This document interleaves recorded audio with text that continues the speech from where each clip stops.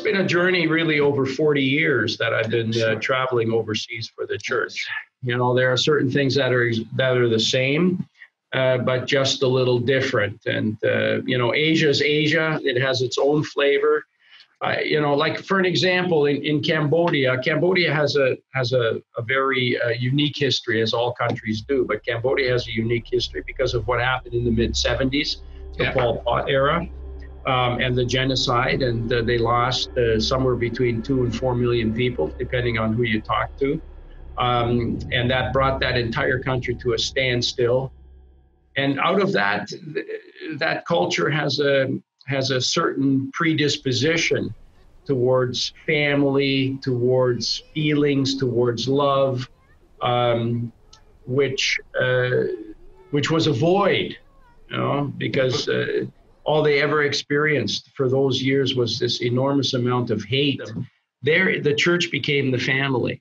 Okay. And there, the church really showed them that somebody could love them, and that they could really be loved again, and that they could have family within the congregation, and the fellowship again, and security.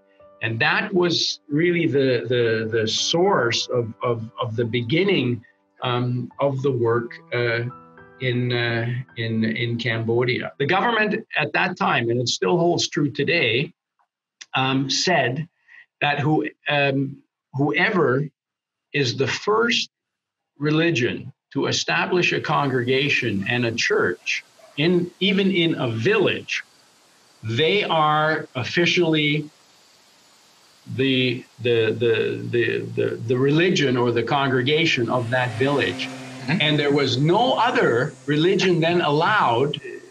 One should understand that every member that was sealed there, about 100,000, they were all Buddhists to begin with. Yeah, that's true. There were no Christians. So they had a completely different perspective on spirituality. They had a completely different perspective on life and death. But so those are immense challenges. You know, talk to somebody about God. You know, when there is no God, the Buddhists really don't have a God. They consider, Buddha as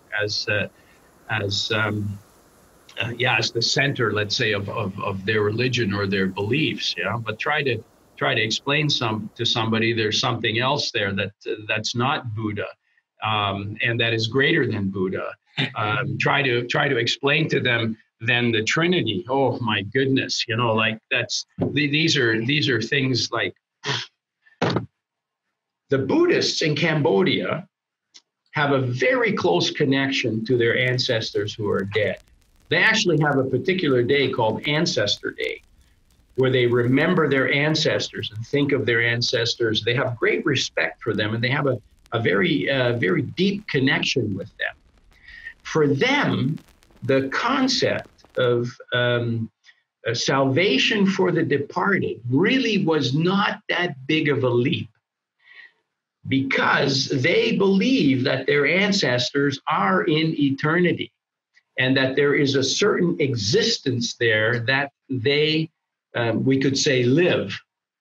And for them, that was actually really welcome news, that they're not just, somehow that they went there, they're sequestered there and they have to stay there forever, but there was this opportunity for them for eternal life. And not only that these very well-respected ancestors, or maybe their children, and all of those that they had lost during the Pol Pot time, those millions of people that had entered into eternity in these terrible ways, that they would have an opportunity to be together with them in the kingdom of peace in the future.